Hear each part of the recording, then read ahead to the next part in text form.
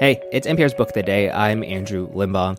Stephen Graham Jones is one of the biggest horror writers working today, and his work often functions as an exploration of the genre. He loves horror so much that he can't help but write about it while, writing it. And in his newest novel, I Was a Teenage Slasher, he's exploring something he hasn't done yet, which is the perspective of the person doing the killing. And in this interview with NPR's own diehard horror fan, Ayesha Rascoe, they get to talking about the inevitability of the roles we fill, whether that's slasher or horror writer. That's ahead. This message comes from Apple TV Plus Original Podcasts, presenting My Devo. From the producers of Anything for Selena and the Pulitzer Prize-winning podcast Suave comes My Devo, a podcast about roots. Dive into the legendary life, music, and lasting influence of Latin America's most prolific songwriter and showman, Juan Gabriel, El Divo de Juarez. Hosted by Maria Garcia, this is My Devo, an Apple original podcast produced by Futuro Studios. Follow and listen on Apple Podcasts. 17-year-old Tolly Driver is a good kid. Well, he's at least not a really bad one. Or he wasn't always bad, but he's been through some bad things. In Stephen Graham Jones's newest novel, I Was a Teenage Slasher, his luck only gets worse. See, Tolly has a peanut allergy, and before you think it killed him, let me be clear. One fateful night in 1989, it kills everyone around him, or almost everyone. Here to explain more is Stephen Graham Jones himself. Hey, Stephen. Hello. So let's start with the location, which is really like another character in the book. We're in the town of Lamesa, Texas. Describe that for our listeners. Oh, Lamesa in 1989, it was maybe 10,000 people. And Lamesa is oil country. It's flat for as far as you can see, mesquite everywhere. And this is where the lead character, Tolly Driver, is from. Talk to us a little about him. Tolly, he's 17. He has a best friend, Amber Big Plume Dennison. They're outsiders together in the whole social scene of Lamesa. They just ride around in her rabbit truck on Friday night and pretend like they belong. Well, talk to me about that, because, you often get these stories about outsiders who kind of band together because they're not in with the in clique, and I certainly was never in with any clique. I didn't even have a sidekick. I didn't have nobody, but I was just outside. But talk to me about this relationship at the center of the novel. Why was it important to you, and do you think that people can really just relate to that? For me, Tolly and Amber's friendship, it's kind of the story of horror, because we as horror fans, I feel like we're always standing at the fence looking in at the stuff going on in the big tent, and you have your hands hooked up in that chain link, and every once in a while, the side of your hand will touch somebody else's hand, and you've made a connection. And I think that we get a lot of solidarity in the horror community, and I think that's a big source of it. And that's definitely a big source of it for Tolly and Amber. Amber is more the horror fan, but they've been on the outside looking in, and their hands finally touched, and they're friends now. They're together for life. Can you talk to me a little bit about Tolly's evolution into the slasher and the role that Amber plays in that? What I used as a model for it was The Wolfman from 1941, where Lawrence Talbot gets infected with the werewolf virus and starts to transform Knightley into a werewolf.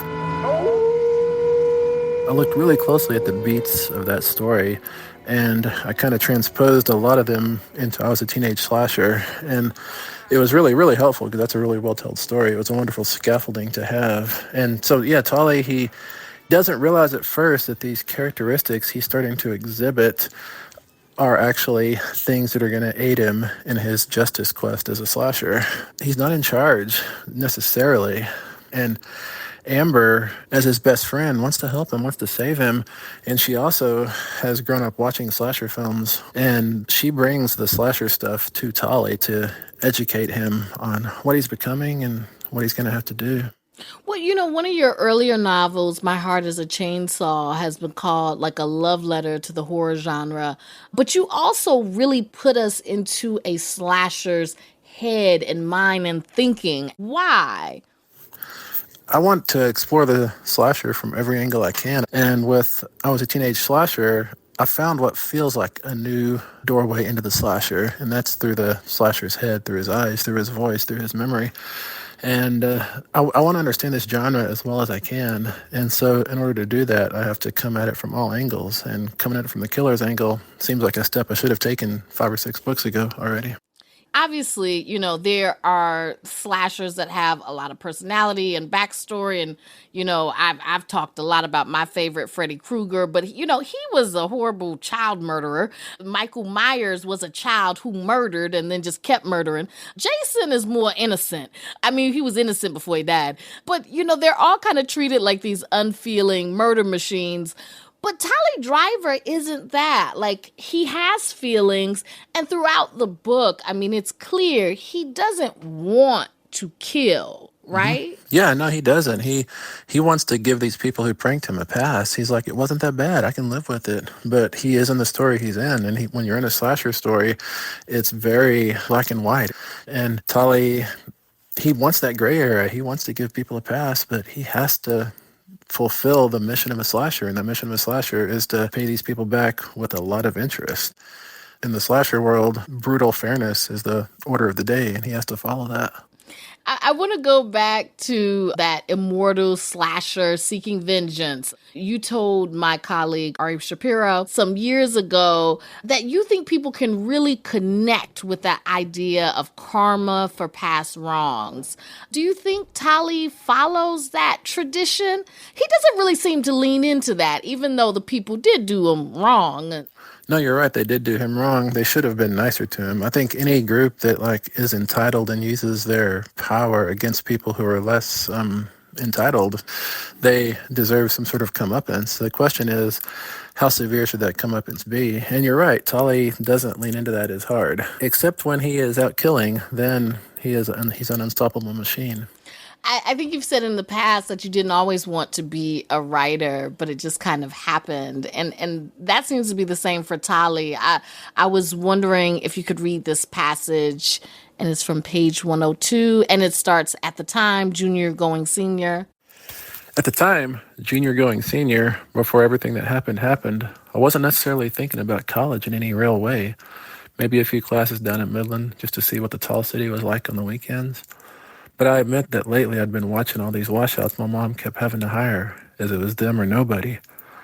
What I was kind of starting to suspect, or at least sort of see the edges of, was that if I didn't get any schooling, then I was going to be one of them, wasn't I? How much of you did you put into Tally? A whole lot. That's practically me when I was Tully's age. I had no plans to be a writer. I was just going to be a farmer or do manual labor my whole life. So it's totally random that I ended up being on the bookshelves. Why put so much of yourself into a killer? Yeah, that's a good question. I probably should have done it differently such that I'm not indicting myself.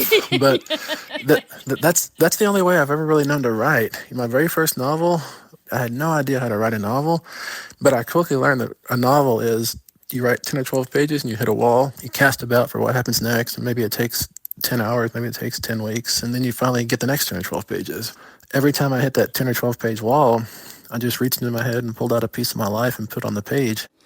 Do you think there's anything worthwhile that we could learn from a slasher?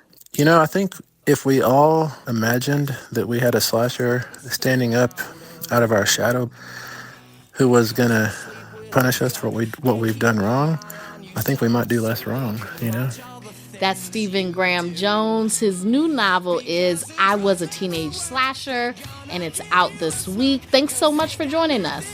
It's been an honor talking to you. Thank you.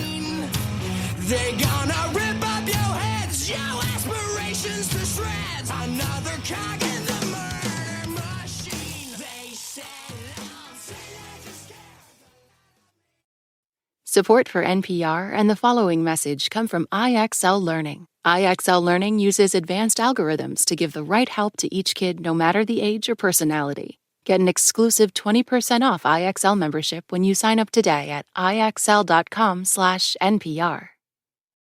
Support for NPR and the following message come from IXL Online. Is your child asking questions on their homework you don't feel equipped to answer? IXL Learning uses advanced algorithms to give the right help to each kid, no matter the age or personality. One subscription gets you everything. One site for all the kids in your home, pre-K to 12th grade. Make an impact on your child's learning. Get IXL now. And NPR listeners can get an exclusive 20% off IXL membership when they sign up today at IXL.com/NPR.